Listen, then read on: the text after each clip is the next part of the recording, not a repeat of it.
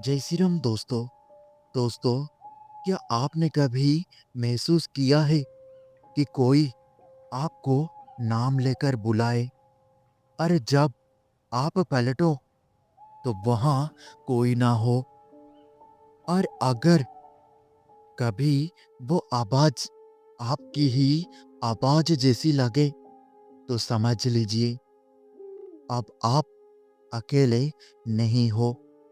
क्योंकि आज मैं ये कहानी किसी डर को फैलाने के लिए नहीं सुना रहा हूँ, ना ही ये किसी किताब की कहानी है। ये वो है जो मैंने खुद झेला है और आज भी झेल रहा हूँ। मेरा नाम किसी को जानना जरूरी नहीं, क्योंकि नाम छलावे को बुलाने का सबसे आसान तरीका होता है। मैं जिस गांव से हूँ वो छत्तीसगढ़ की सीमा से लगा एक छोटा सा इलाका है। चारों तरफ जंगल, दिन में हरा भरा और रात में जैसे किसी ने रोशनी ही निगल ली हो। और गांव के बाहर एक कच्चा रास्ता है जो सीधा जंगल में चला जाता है। बुजुर्ग कहते थे रात में उस रास्ते से मत जाना, लेकिन वजह कभी साफ नहीं बताते थे। बस इतना कहते थे कि वो रास्ता इंसान को आईना दिखाता है। पहली बार जब मैंने वो आवाज सुनी, मैं डरा नहीं था। शाम ढल चुकी थी। मैं खेत से लौट रहा था। चारों तरफ सन्नाटा था, बस झिंगुरों की आवाज और पैरों के नीचे सूखी पत्तियों की चरमराहट। तभी मेरे पीछे से किसी ने कहा, रुक जा। आवाज बिल्कुल मेरी जैसी थी। मैं पलटा तो कोई नहीं था। मैं हंस दिया, सोचा थकान होगी। लेकिन तब उसी आवाज ने फिर कहा, इतनी जल्दी घर क्यों जा रहे हो? इस बार मेरे सीने में कुछ ठंडा सा उतरा, क्योंकि ये सवाल मैं अक्सर खुद से ही करता था। उस रात मुझे नींद नहीं आई। मेरे कानों में वही आवाज गूंजती रही, लेकिन डर तब भी नहीं लगा। डर तब लगता है जब दिमाग माने कि कुछ गलत है,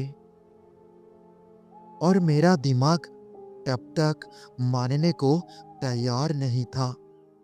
अगले कुछ दिनों में वो आवाज रोज आने लगी, कभी जंगल के अंदर से, तो कभी कुएं के पास, और कभी मेरे ही कमरे से।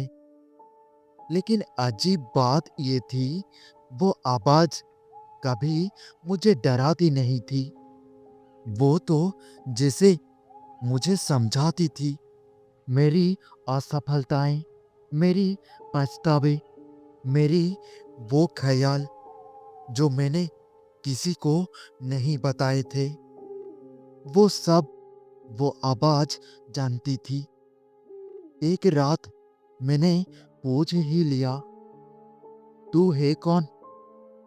काफी देर तक सन्नाटा रहा। फिर आवाज आई, मैं तू ही हूं।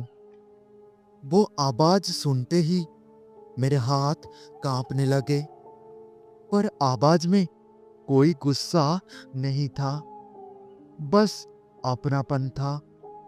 फिर वो आवाज आई, तू वो है जो तू बनना चाहता था।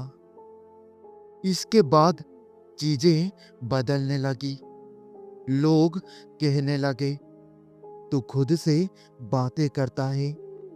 लेकिन मेरी माँ ने कहा, तेरी आंखें खाली रहने लगी है और मुझे भी महसूस होने लगा कि आईने में मेरा अक्स थोड़ा देर से हिलता है, जैसे वो तय कर रहा हो कि मेरी नकल कब करनी है।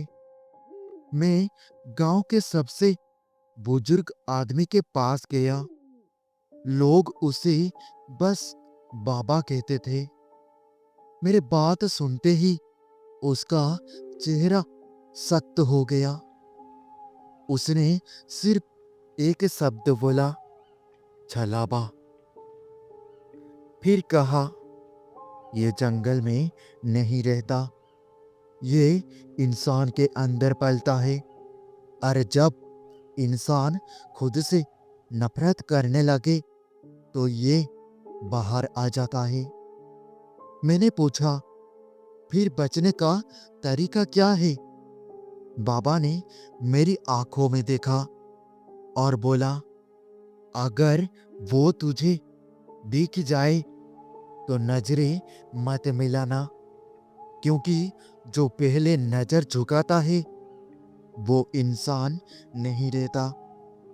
उस रात वो मेरे सामने आया, जंगल के उसी रास्ते पर।